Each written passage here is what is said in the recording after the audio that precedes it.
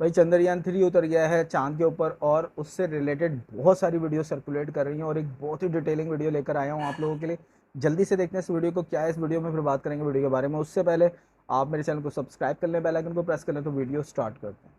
India is on the moon. जो शब्द हम पिछले 4 सालों से सुनना चाहते थे वो अब एक रियलिटी बन चुके हैं। चंद्रयान 3 ने सक्सेसफुली चांद पर लैंड किया है और पूरी दुनिया ने हमें कॉन्ग्रेचुलेट किया है। लेकिन ये बस आधी कहानी है। चंद्रयान 3 के मिशंस हमें एलियन वर्ल्ड्स को ढूंढने में मदद करेंगे, चांद पर कॉलोनीज बनाने में गाइड करेंगे और तो और नासा को भी हम फ्यूचर मिशंस में हेल्प करेंगे। और ये सब सिर्फ आने वाले 14 दिनों में होगा। अगर आपका कोई दोस्त है जो सोचता है कि भारत जैसा गरीब देश मून मिशन पर पैसे खर्च क्यों करता है, तो उसके साथ ये वीडियो जरूर शेयर कीजिए। उनकी बहुत जलने वाली है। मून तक पहुंचना जितना इम्पोर्टेंट था, उससे भी इम्पोर्टेंट वहां होने वाले मिशंस है। इन 14 दिनों में ऐसा क्या करना चाहते हैं हमारे साइंटिस्ट, चलिए जानते हैं आज के इस वीडियो में। लैंड होने के बाद 14 दिनों के लिए या फिर एक पूरे लूनर डे के लिए चंद्रयान 3 का मिशन चलेगा। 14 दिनों बाद लूनर डे खत्म हो जाएगा और लूनर नाइट शुरू होगी। टेम्परेचर फटाक से -130 डिग्रीज तक गिर जाएगा। इतने लो टेम्परेचर में सरवाइव करने की प्रोविजन हमने नहीं की है। प्लस सोलर पावर्ड होने की वजह से और पावर सोर्स ना होने की वजह से 14 दिनों बाद चंद्रयान का मिशन कंप्लीट होगा। लेकिन ये 14 दिन काफी इंपॉर्टेंट है क्योंकि चंद्रयान पर अलग अलग पेलोड्स यानी उपकरण है। चलिए एक एक पेलोड के बारे में समझते हैं। पूरे प्रोजेक्ट को 3 हिस्सों में बांट देते हैं। प्रोपल्शन मॉड्यूल जिसमें 1 पेलोड है, विक्रम लैंडर जिसमें 4 पेलोड है और प्रज्ञान रोवर जिसमें 2 पेलोड हैं। प्रोपल्शन मॉड्यूल में लगा है शेप यानी स्पेक्ट्रोपोलरिमेट्री ऑफ हैबिटेबल प्लैनेट अर्थ। ये मून को नहीं अर्थ को ऑब्जर्व करेगा। ऐसे कौन से क्वालिटीज है, कौन से कंपोनेंट्स हैं जो हमारी पृथ्वी को हैबिटेबल बनाता है, जिनकी वजह से लाइफ पृथ्वी पर पॉसिबल है। शेप यही स्टडी करना चाहता है। एज ऑफ नाउ हमने 5000 से ज्यादा एक्सोप्लैनेट्स डिस्कवर किए हैं। लेकिन इनमें से कौन से एक्सोप्लैनेट्स में लाइफ सर्वाइव करने के चांसेस हैं और कौन से एक्सोप्लैनेट्स में नहीं, ये जवाब हम इतना दूर बैठकर कैसे दे सकते हैं? वेल, इस इंस्ट्रूमेंट की हेल्प से। शेप से हमें हैबिटेबल एक्सोप्लैनेट्स ढूंढने में मदद होगी। ऐसे प्लैनेट्स जहां आज एलियंस हो सकते हैं या फिर जो फ्यूचर में हमारी कॉलोनीज बन सकते हैं। जो प्लैनेट्स हमसे कई लाइट ईयर्स दूर है, उन्हें हम किसी भी टेलीस्कोप से नहीं देख सकते। लेकिन हाँ, उन प्लैनेट्स से आने वाले लाइट को स्टडी जरूर कर सकते हैं। जो लाइट हमें दिखता है उसे विजिबल स्पेक्ट्रम कहा जाता है। लेकिन उस लाइट को छोड़कर भी और तरह के रेज होते हैं। जब ही ये रेज किसी ऑब्जेक्ट से इंटरेक्ट करते हैं तो कुछ रेज अब्सॉर्ब हो जाते हैं और कुछ रेज नहीं। इस बेसिस पर हम पहले तो ये स्टडी करेंगे कि अर्थ से आने वाले लाइट रेज कैसे दिखते हैं और फ्यूचर में उससे मिलते जुलते लाइट रेज कहां से आ रहे हैं वो स्टडी करने की कोशिश करेंगे। आसान भाषा में शेप का काम यही है। इससे हमें एग्जैक्टली ये तो पता नहीं चलेगा कि जादू किस प्लैनेट पर रहता है,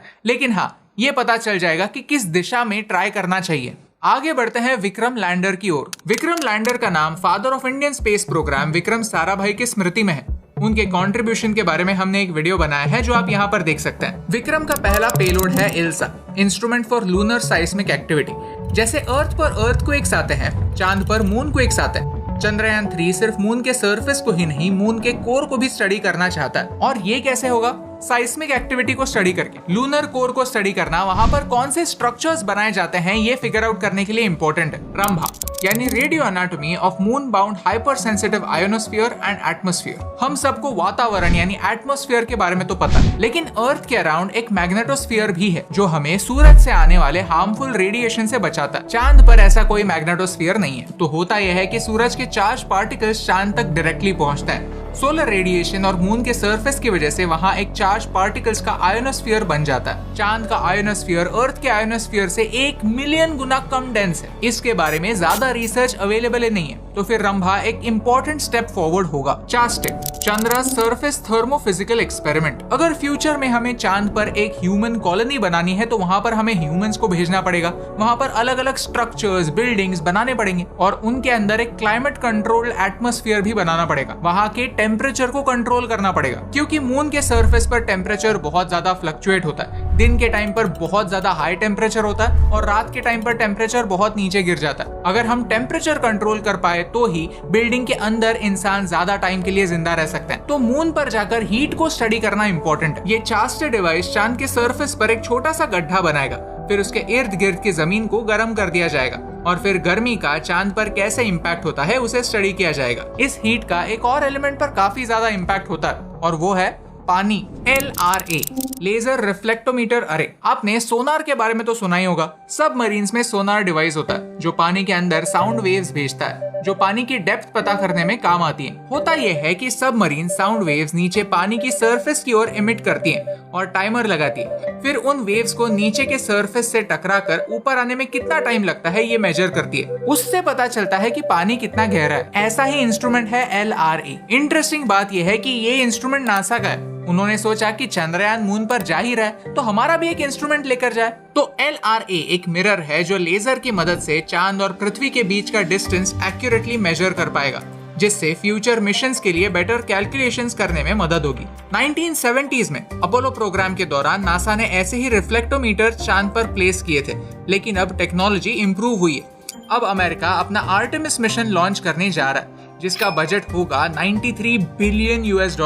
यहाँ अमेरिका ऑलमोस्ट 50 सालों बाद चांद पर ह्यूमंस को भेजने जा रहा है। रिस्क्स काफी हाई हैं, तो कैलकुलेशंस अचूक होना इम्पोर्टेंट है और इसमें इसरो उनकी मदद कर रहा है। विक्रम लैंडर के बाद बात करते हैं प्रज्ञान रोवर की। ये रोवर विक्रम लैंडर से सिर्फ आधा किलोमीटर दूर ही एक्सप्लोर करेगा, लेकिन इसका काम भी काफी इंपॉर्टेंट है। ये एक सोलर पावर्ड रोवर है जो विक्रम से कम्युनिकेट करेगा और फिर विक्रम से इंफॉर्मेशन यहाँ पृथ्वी तक पहुँचेगी। इसमें 2 पेलोड्स हैं। APXS alpha particle x-ray spectrometer. ये एक तरह की बंदूक है, लेकिन साधारण बंदूक नहीं, रेडियो एक्टिव बंदूक। इससे वहाँ की मिट्टी को स्टडी किया जाएगा एंड मोस्ट इम्पोर्टेंटली उस मिट्टी में क्या क्या एलिमेंट्स है इसका पता लगाया जाएगा। इस डिवाइस में क्यूरियम नाम का एक रेडियो एक्टिव एलिमेंट होगा। इससे अल्फा पार्टिकल्स और एक्सरे चांद के सरफेस पर ब्लास्ट किए जाएंगे और बाद में स्टडी होंगे। फोकस मैग्नीशियम, एल्यूमिनियम और आयरन के ट्रेसेस ढूंढने में होगा। LIBS laser induced breakdown spectrometer. ये लाइट की मदद से चांद की सॉइल को स्टडी करेगा। अब ये दोनों पेलोड्स इंपॉर्टेंट इसीलिए हैं क्योंकि अगर किसी भी दूसरे प्लैनेट पर कोई स्ट्रक्चर बनाना है तो बहुत सारा इक्विपमेंट लगेगा। बिल्डिंग बनाने के लिए लगने वाले मटेरियल्स क्या हम पृथ्वी से लेके जाएंगे? घंटा। बेहतर आइडिया यही है कि वहां पर देखो कि वहां के सॉइल में क्या क्या मटेरियल्स अवेलेबल है, उन्हें माइन करो और उनसे ही कुछ बनाने की कोशिश करो। कम से कम मटेरियल पृथ्वी से ले जाओ।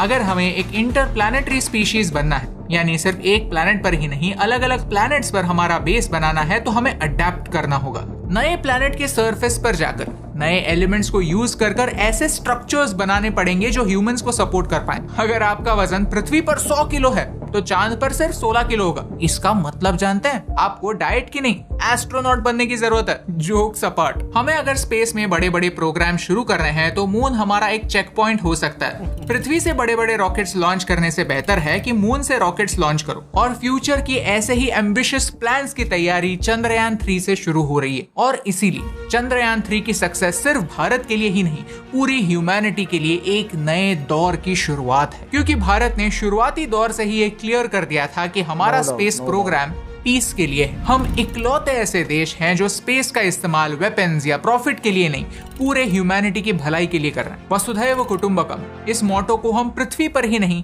स्पेस में भी फॉलो करते हैं। ये हर भारतवासी के लिए शान की बात। चलिए अब सोचते हैं कि चंद्रयान 3 का लॉन्ग टर्म इम्पैक्ट क्या होगा। सबसे बड़ा इम्पैक्ट होगा इकोनॉमी पर। भारत का स्पेस सेक्टर आज $8 बिलियन का। एस्टिमेट्स कहते हैं कि 2040 तक हमारा स्पेस सेक्टर $40 बिलियन का होने वाला है। लेकिन ये फिगर्स चंद्रयान 3 के सक्सेस से पहले की फिगर्स हैं। हो सकता है कि अब ये प्रोग्रेस स्पीड पकड़ ले। जहां ग्लोबल स्पेस सेक्टर सिर्फ 2% पर एनम से ग्रो हो रहा है, भारत का स्पेस सेक्टर 4% पर एनम से ग्रो हो रहा है। प्लस हम स्पेस सेक्टर के स्टार्टअप्स को एनकरेज कर रहे हैं। आने वाले 1 या 2 सालों में ही आप भारत के स्पेस एक्स की कहानी सुनेंगे, जिनमें से कुछ तो ऑलरेडी बहुत अच्छा काम कर रहे हैं। Water based eco friendly engine बना रहे हैं, स्पेस के सारे सैटेलाइट्स का मैप बनाकर स्पेस ट्रैवल और सेफ बना रहे हैं। इन सारे स्पेस स्टार्टअप्स की कहानियां हम आप तक जल्द ही पहुंचाएंगे। अगर आप उनकी कहानियां जानना चाहते हैं तो सब्सक्राइब करना ना भूलिए। सेकेंड इम्पैक्ट होगा हमारी स्पेस केपेबिलिटी पर। सॉफ्ट लैंडिंग काफी डिफिकल्ट होता है, जो हमसे पहले सिर्फ 3 और देशों ने किया है। इजराइल भी चांद पर सॉफ्ट लैंडिंग नहीं कर पाया था। हमारे पास सॉफ्ट लैंडिंग कैपेबिलिटीज हैं, ये हमने अब प्रूव कर दिया है। ये हमारे लिए गर्व की बात। यानी फ्यूचर के ह्यूमन मिशंस में हमारा और बड़ा योगदान होगा। जियोपॉलिटिक्स की बात करें तो अमेरिका रशिया के साथ या फिर चाइना के साथ कोई भी स्पेस प्रोजेक्ट लॉन्च नहीं करेगा, तो बचता कौन है? हम। थर्ड इम्पैक्ट होगा हीलियम 3 माइनिंग। पृथ्वी के एनर्जी सोर्सेस खत्म हो रहे हैं, हमें अल्टरनेटिव एनर्जी की जरूरत होगी। हीलियम 3 का इस्तेमाल करके न्यूक्लियर फ्यूजन एक रास्ता हो सकता है। ये हीलियम 3 पृथ्वी पर काफी रेयर है, लेकिन चांद में अबंडेंटली अवेलेबल है। भारत ही नहीं, चाइना, रशिया और अमेरिका भी इसी एनर्जी को टैप करने की कोशिश में। आने वाले टाइम में हम एनर्जी ऑफ द फ्यूचर के बारे में भी वीडियो बनाएंगे। चंद्रयान इंपॉर्टेंट इसीलिए क्योंकि अब हमें स्पेस सेक्टर में इग्नोर करना दुनिया के लिए इम्पॉसिबल होगा। साथ ही साथ लूनर माइनिंग और मार्स मिशन की तैयारी में भी इस डेटा का काम होगा। इस वीडियो का पर्पस यही है कि एक आसान भाषा में टेक्निकल डिटेल्स आपको समझाएं। सिंप्लिसिटी के कारण अगर कोई गलती हो गई है तो माफी चाहता हूँ। आई एम श्योर मुझसे बेहतर और नॉलेजेबल लोग कमेंट्स में मुझे करेक्ट जरूर करेंगे। लेकिन ये देखकर बहुत अच्छा लगता है कि 8 मिलियन से ज्यादा लोगों ने चंद्रयान 3 लैंडिंग यूट्यूब पर लाइव देखा। मल्टीप्लेक्सेस लैंडिंग के शोज दिखा रहे थे जो हाउसफुल थे। अलग अलग धर्म, जाति, पंथ के लोगों को साइंस ने एक साथ लाया। ऑलमोस्ट सब लोगों ने अपने पॉलिटिकल डिफरेंसेस छोड़कर एक दिन के लिए ही सही एक गोल पर फोकस की और भारत के लिए चीयर किया। आई होप फ्यूचर में इसरो के साइंटिस्ट हमारे लिए ऐसे और मौके लाएंगे। अगर आप भी मेरी तरह इसरो को कांग्रेचुलेट करना चाहते हैं तो कमेंट्स में प्राउड ऑफ इसरो स्पैम कर दीजिए, क्योंकि अब हमारा झंडा चांद पर पहुंच चुका। मुझे ये देखकर यकीन ही नहीं हुआ कि जिसे स्पेस में कोई दिलचस्पी नहीं है वो एक आम इंसान भी रास्ते में रुककर इसरो के लिए चीयर कर रहा था। क्यों? क्योंकि ये उस हर भारतवासी की जीत है जिसे इस बात पर भरोसा है कि हम ग्रेटनेस के लायक हैं, और हर उस इंसान के लिए एक करारा चाटा जो सोचता है कि इस देश का कुछ नहीं हो सकता। Chandrayaan is the pride of India, और यही शान की बात आप तक पहुंचाने से मुझे फर्क पड़ता है। तो दोस्तों ये थे अभी एंड नीहू। इनकी वीडियो का लिंक मैंने नीचे डिस्क्रिप्शन में दे दिया, इनके चैनल का लिंक। इनके चैनल को जाइए, सब्सक्राइब कीजिए। बहुत अच्छी वीडियोस बनाते हैं, बहुत डिटेलिंग में वीडियो बनाते हैं।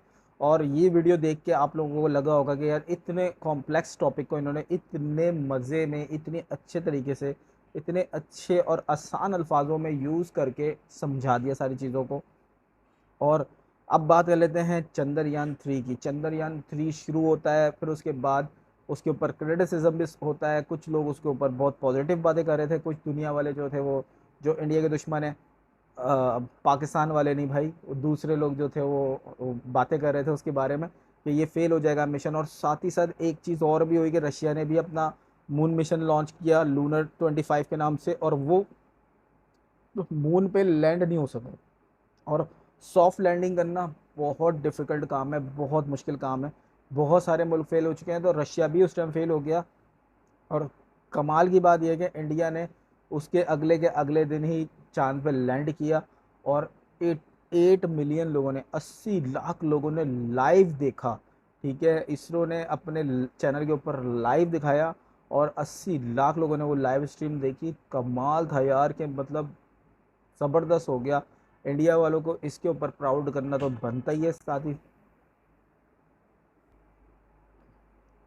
तो ओवरऑल इसमें इंडिया की बहुत बड़ी सक्सेस है। और अभी इसरो ने ऐलान किया कि भाई बहुत सारे जो मिशन हैं वो भी आने वाले हैं। मंगलयान मिशन भी आ रहा है, और वो सारे के सारे मिशन जो है ना वो तबाहियाँ मचाने वाले हैं। दुनिया को ये जवाब तो चला गया है कि भाई इंडिया में वो सारा पोटेंशियल है।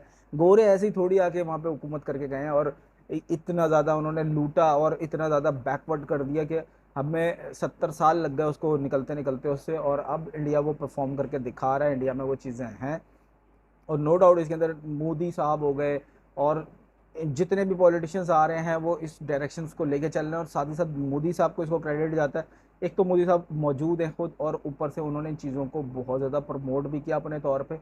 तो वहाँ पे इन्होंने साबित किया है दुनिया को कि भाई हम में दम है, और हम में सिर्फ दम ही नहीं है, हम वो काम करके दिखा भी सकते हैं जो हम बोल रहे हैं। और अभी आने वाले वक्त में और भी कमालात आने वाले हैं। तो दोस्तों आप लोगों को कैसी लगी ये वीडियो? आप लोगों को चंद्रयान मून पे लैंड करना कैसा लगा? आप लोग प्राउड फील करते हैं नहीं करते? आप लोगों के क्या ख्याल आते हैं मुझे कमेंट करके बताइएगा। वीडियो अच्छी लगी तो वीडियो को लाइक करना है, चैनल को सब्सक्राइब कर दें, बेल आइकन को प्रेस कर दें। मिलते हैं अगली किसी वीडियो में, तब तक के लिए बाय बाय।